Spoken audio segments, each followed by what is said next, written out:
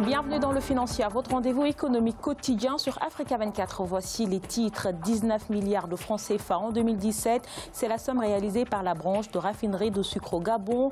L'entreprise a produit 24 376 tonnes de granulés de sucre contre 24 611 en 2016. Au Libéria, le président George Weah annonce des mesures économiques contre l'inflation. Le chef de l'État va injecter 25 millions de dollars dans l'économie afin d'éponger la liquidité excessive de dollars libériens. Et puis nous terminerons par un point sur les marchés boursiers africains.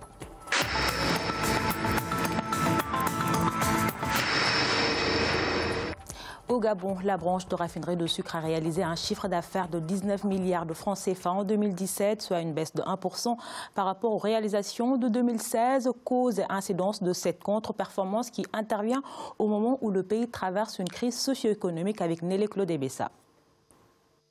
L'année 2017 a été marquée par une légère baisse de la production sucrière gabonaise. Selon les chiffres publiés par la société sucrière africaine SUCAF Gabon, la raffinerie de sucre a produit 24 376 tonnes de granulés de sucre contre 24 611 tonnes un an plus tôt. Au niveau de la transformation de sucre en morceaux, la production est restée quasi stable avec un volume de 19 534 tonnes contre 19 578 tonnes en 2016. Des résultats liés aux difficultés techniques rencontrées dans le secteur. La baisse de la production de sucre au Gabon peut s'expliquer par des conditions climatiques défavorables et un certain nombre de difficultés techniques, davantage d'ordre industriel. Une tendance baissière qui se manifeste également au niveau commercial. En effet, les quantités vendues ont diminué, passant de 33 007 tonnes en 2016 à 31 154 tonnes en 2017. Une situation qui a généré un repli de 5,5% du chiffre d'affaires à 19,2 milliards de francs CFA contre 20 291 milliards de francs CFA en 2016. Il y a déjà une baisse de la demande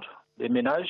Cette baisse de la production devrait en principe faire baisser les prix, mais bon, les prix sont restés les mêmes, du coup les ménages n'en profitent pas. La campagne sucrière de la SUCAF Gabon prévue entre mai et octobre 2018 sera l'opportunité de développer de nouvelles pratiques agricoles associées au déploiement de nouvelles technologies. Pour l'exécution du budget 2018, le gouvernement du Nigeria veut réaffecter plus de 630 millions de dollars. Ce montant devrait servir à faciliter les prochaines dépenses de l'État, notamment celles inscrites dans le cadre du budget de l'année en cours. Mais pas que, une partie des nouveaux fonds qui doivent être réaffectés devraient servir à préparer les élections générales prévues en février 2019, scrutin dont le coût global a été estimé à plus de 671,1 millions de dollars. Confronté à une chute vertigineuse de la monnaie nationale, le président du Libéria, George Weah, annonce des mesures économiques contre l'inflation. Le président du Libéria entend injecter 25 millions de dollars dans l'économie. Objectif, enrayer la chute du dollar libérien et lutter contre une inflation galopante. Aïssa Tobari.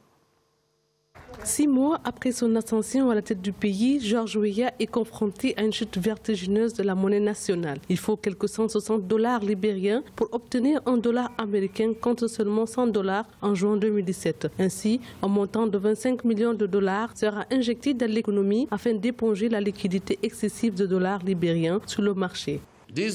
Ces mesures incluront, sans toutefois s'y limiter, une injection immédiate de 25 millions de dollars américains dans l'économie par la Banque centrale pour éponger l'excès de liquidité des dollars libériens. Adresser un mandat à la Banque centrale pour une réglementation plus efficace des bureaux de change et pour également effectuer une surveillance plus accrue des banques qui sont sous sa responsabilité.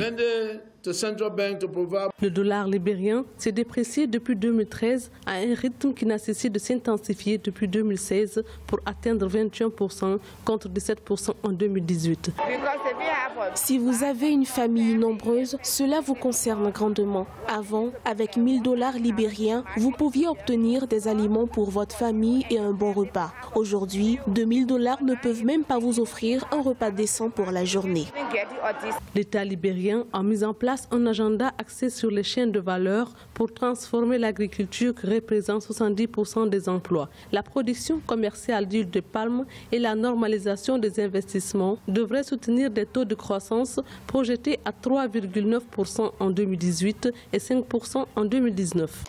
C'est une bonne nouvelle pour l'économie libyenne. Les recettes pétrolières ont plus que doublé au premier semestre 2018, s'établissant à 11,4 milliards de dollars contre 6,8 milliards de dollars durant la même période en 2017. Selon la Banque centrale libyenne, ces recettes représentent plus de 93% des revenus globaux de l'État, profits qui se sont élevés à 16,7 milliards de dinars sur les 6 premiers mois de l'année en cours. En Angola, le gouvernement a annulé un accord portuaire du port de Barra d'Inde d'un coût global de 1,5 milliard de dollars. Il a été conclu avec la société Atlantic Ventures et ça, proche de l'ex-président José Eduardo dos Santos. Les nouvelles autorités qui considèrent cet accord trop facile pourraient donner suite à une demande de compensation. Rappelons que cette décision intervient dans un contexte de tension entre le pouvoir en place et la famille de Santos sur fond de lutte anticorruption. On écoute à ce propos le communiqué de l'entreprise.